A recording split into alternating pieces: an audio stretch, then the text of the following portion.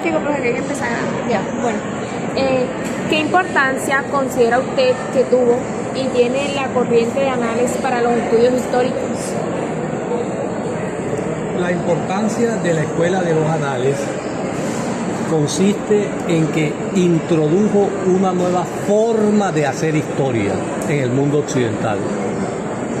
En los años 30 cristalizó esa escuela. Hay quienes dicen de que no es una escuela, de que es un grupo o una generación de historiadores franceses que empezaron a proponer una nueva manera de escribir y de construir la historia.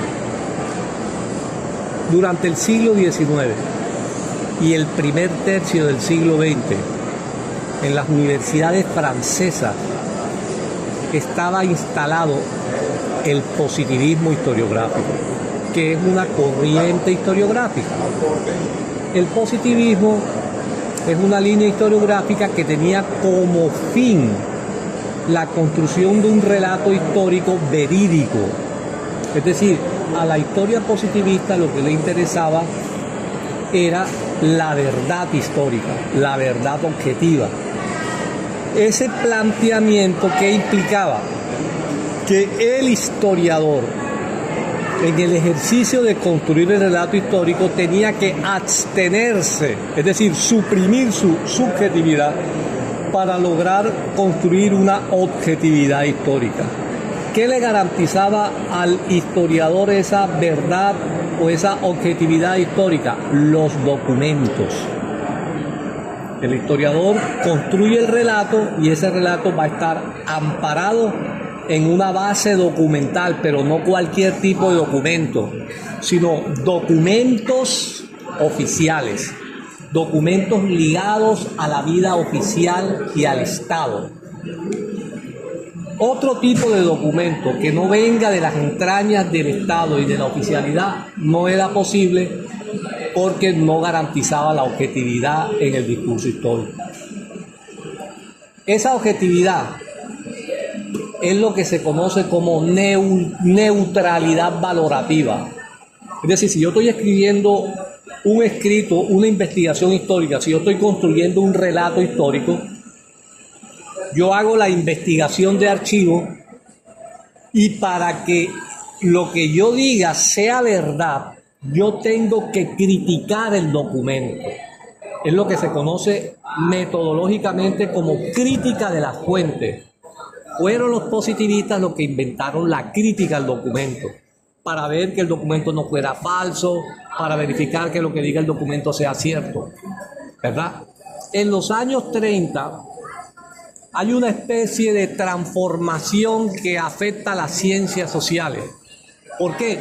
Porque desde el siglo XIX empezó a surgir una corriente filosófica que reivindica al sujeto, que dice, no, en una investigación social el sujeto no puede desaparecer. El sujeto tiene que tener presencia en la investigación social. A esa corriente filosófica es la que se le conoce como la fenomenología. Ya. Y a partir de esa teoría, en los años 30, una generación de historiadores en Francia empieza a proponer de que el fin de la historia no es la verdad objetiva, porque es imposible, porque quien escribe historia es una persona, quien escribe historia es un sujeto que no puede suprimir su subjetividad, y que el fin último de la historia es comprender la realidad, comprender los procesos. Ya. Y entonces, para lograr eso, esa generación de historiadores llamada Escuela de los Anales dice, cualquier cosa puede ser una fuente. No solamente los documentos del Estado, de la oficialidad, sino que una fotografía, una poesía, un diario, etcétera, puede ser una fuente. Porque el fin no es la verdad objetiva, sino la comprensión de los procesos históricos. Yo digo que ese es el mayor aporte de la Escuela de los Anales. Ya. Ahora, frente a la pregunta, ¿cuál de los historiadores de la Escuela de los Anales me ha influenciado, ha tenido un impacto? Bueno, muchos. Georges Duby, Emmanuel Leroy-Ladurie, Roger Chartier. Este último tiene una propuesta interesante en términos conceptuales que jóvenes historiadores están utilizando ahora mismo para hacer historia. Roger Chartier hace historia del libro e historia de la lectura. ¿Cuál es uno de los conceptos que él utiliza en sus investigaciones? El concepto de materialidad y el concepto de apropiación. El concepto de apropiación aplicado a la investigación histórica, a cualquier investigación histórica, le permite al historiador comprender cómo la cultura y el conocimiento circula en la sociedad, cómo líneas de saber en contextos diferentes a donde se originó es apropiado. Esto permite superar la tesis de que el conocimiento o la ciencia se difunde, es decir, superar lo que se conoce como el difusionismo, de que si en Europa surgió la medicina o surgió la teoría del germen, para ponerles un ejemplo completo, esa teoría se difundió al resto del mundo sin ningún tipo de filtro.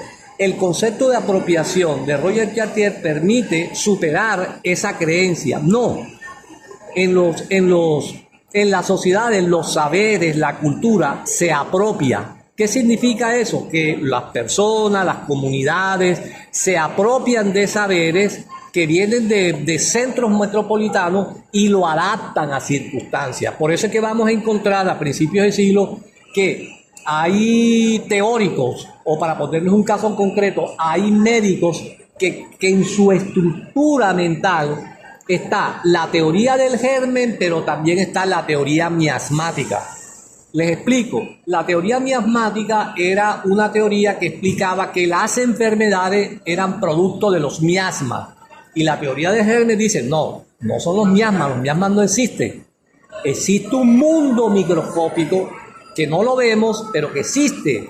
Y lo que nos permite conocer ese mundo es la tecnología, el microscopio. Entonces, en muchos médicos circulan esas dos teorías. Y uno dice, pero ¿cómo es posible que en el discurso de un médico esté presente la teoría del germen y la teoría miasmática? Eso ocurre por las formas de apropiación de los saberes. ¿Sí ven? Entonces yo digo que ese concepto o esos conceptos son muy útiles para hacer investigación histórica, concretamente los conceptos de Roger Chartier, que es de la última generación de la Escuela de los Anales. Bueno, profe, una última pregunta. ¿Usted cree que en la carrera nuestra de historia sigue siendo importante que nosotros como estudiantes conozcamos o estemos informados sobre corrientes historiográficas como Anales y por qué? Claro, no solamente, o sea, es importante, es un imperativo que ustedes que van a ser historiadoras tengan una formación historiográfica. Y no solamente una formación historiográfica, sino que ustedes empiecen a pensar historiográficamente. Ya, eso significa que ustedes deben conocer cuáles son las corrientes historiográficas que hoy día dominan el mundo académico.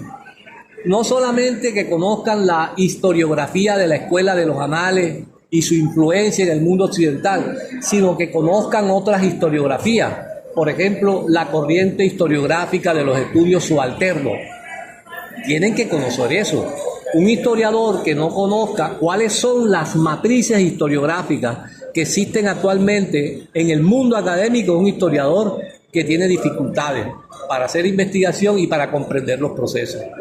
Es importante que ustedes sepan que aparte de la Escuela de los Anales y de la Escuela de los Estudios Subalternos, hay otras corrientes como la historia social inglesa, liderada por ¿quién? Liderada por E.P. Thompson, que desde el marxismo, pero no desde cualquier marxismo, empezó a estudiar el mundo de la clase obrera británica. Entonces son corrientes historiográficas que ustedes deben conocer, ustedes deben plantearse la necesidad de conocer. Ustedes tienen que empezar a saber quién fue E.P. Thompson, quién fue Eric Hobsbawm, por ejemplo. cómo hacía historia, desde qué perspectiva está haciendo historia, qué tipo de marxismo lo influenció, porque eso les permite a ustedes tener claridad sobre los puntos de vista historiográficos. Para cuando usted lea un libro de historia, usted sepa que el que escribió el libro, desde dónde le está hablando historiográficamente. Por eso es importante. Bueno, muchas gracias. Esas serían todas las preguntas. Bueno, no, para servirle.